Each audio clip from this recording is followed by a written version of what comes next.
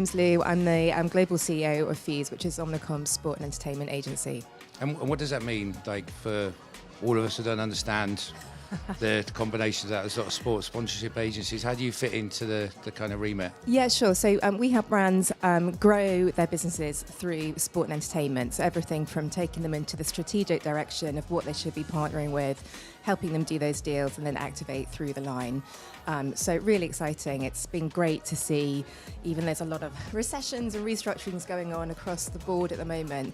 A lot of our clients are using sport and entertainment actually as an avenue of growth to kind of get out of that slump. So yeah, it's the power of sport at the moment and the industry is booming. And I also think, I've got to ask you this question, so how's your can been? It's been great. Yeah, it's been really good. I'm so delighted that sport is continuing to grow here. Compared to 4 or 5 years ago, there was hardly anything. It was all media, tech, tools and creative. Yeah. And last year I was the president of the sports jury, which was such an honour. And I walked up and down the Croisette and I was like, oh my goodness, look at Stagwell Beach. Look at FIFA had a beach here. You have the women's house and it's incredible. Again, it's just a testament to how powerful sport can be and how the industry's growing. Yeah, I mean, it's such a positive interaction. And I think one of the things Stagwell's brought here, I've got to give them a boot, because sitting here on their beach in their air-conditioned content unit. No, they do a fantastic job. They've done an amazing job. I'm very jealous. Yeah, exactly. And they've welcomed us in to be able to have this conversation. So I'd like to ask you a few questions about a few things that are really interested me in sport, specifically around women's sport, if that's okay. Yeah, great. So as an avid Chelsea fan, big fan of Emma Hayes, although she's Judased off to the US, but I'd love to see her come back. But I mean, our new manager's doing pretty well as well, won the treble. Well, phenomenal job, and you won first season. When you held the trophy up. Apart from Barcelona, but we scored that. How do you see now the influx of investment, sponsorship, and one of the areas which we obviously work in is aligning how you align the content production alongside the right alignment with the brand. How are you seeing that within other sports, to say outside of football or soccer for our American friends? How do you see that investment going? Yeah, in women's sport particularly. I mean, of course, women's soccer has obviously driven a huge amount of that investment. And I think, again, it used to be very much a parity story that brands were coming at within women's sport more broadly, whether that be soccer, basketball, netball in the UK. And actually, I think over the last 18 months, people have started really using it as a creative storytelling vehicle as well as a commercial one. And that's been really great because, again, people are just starting to realise finally that, great sport is great sport, whether you're a female athlete or a male athlete. Actually, great football is just great football.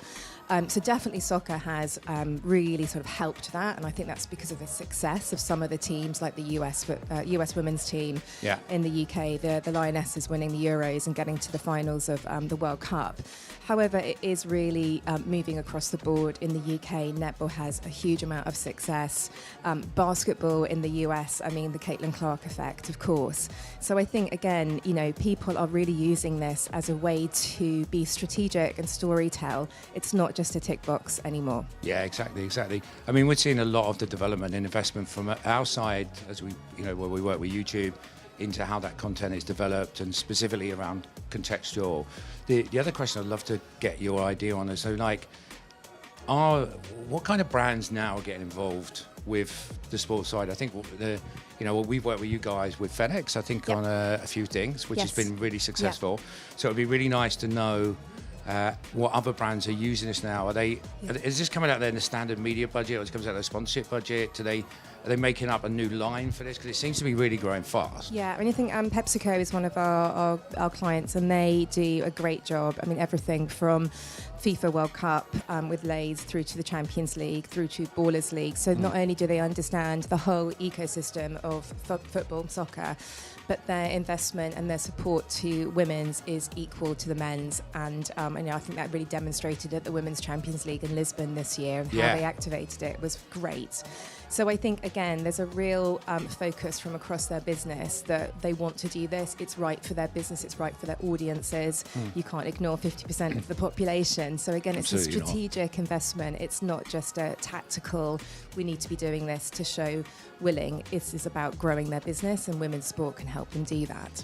And I know they still get measured on ROI, and they invest in this. What do you see a level of how that response or return on their investment is coming? Like, is this becoming more and more successful from that? So I mean, I have to say the ROI on women's sport is still a challenge for some clients, for some brands.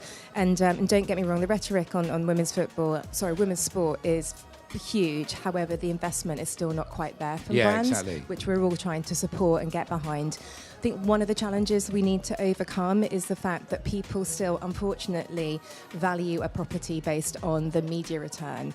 And as we all know, the broadcast isn't quite up there with the men's sport at the moment. And so it's very difficult to get some clients to sign off on this. Whereas actually you need to be looking at the different distribution models that women's sport have, looking at the real play into creators, influencers, micro-influencers. It's quite a different strategy around how to amplify women's sport. But that is changing. You know, I look at the Women's Champions League, you know, Disney Plus are now the new official broadcaster, which is amazing. You know, not only does that put them onto the biggest entertainment platform, but shows that they have that caliber to be on that platform. So it is changing slowly, but again, we need to get over this whole ROI based on media value. It's got to be based on return on objectives, and that's very individual for each brand. And I mean, I don't know if you've done any research or work with, like, if I was a brand here and saying, hey, Louise, I've got a big sponsorship budget and I'd love to invest, how would you go about it? Like, what would be our plan? How would you advise me to kind of talk about it? Yeah, sure. I'd say absolutely. Great. Come and have a chat. So we would sit down and kind of do a big strategic process for you. You can understand like where your business, what you need to go to, what's your audience, what are your competitors doing, what's the landscape saying. So we do a whole big piece of strategic work and then work out, is it, you know, sport, is it entertainment? If it's sport, is it a league, is it clubs, for example, and kind of go down through that funnel. But I also think like the big change at the moment is around, it's not just big, you know, it used to be about brand and hospitality. It's so not like that anymore. It's around a real intersection between culture, commerce, and relative media and frequency. So I think we're spending a lot of time with clients understanding, yes, the long-term business objectives around brand and consideration, but actually the CFO wants to see those commercial returns. So a lot about how do you actually tap into, right, this sport property is great, but how am I actually selling stuff right now? So commerce is a real big focus on how we're doing that strategic process moving forward.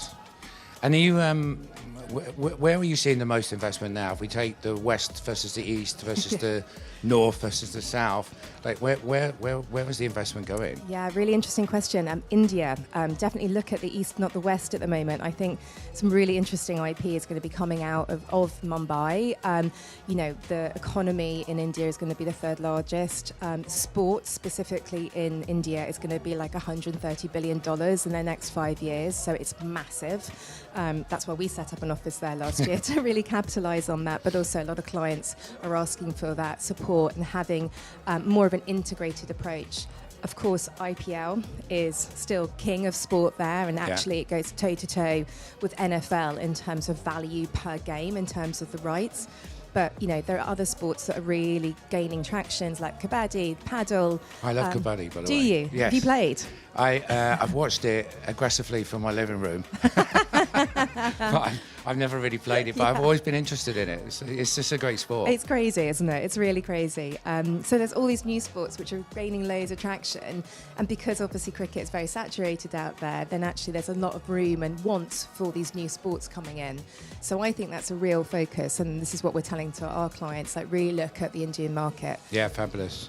And then finally, I think to wrap it up from a question perspective, if you were someone coming to Cannes for your first day, which I like to ask, what advice would you give them? Oh, good question.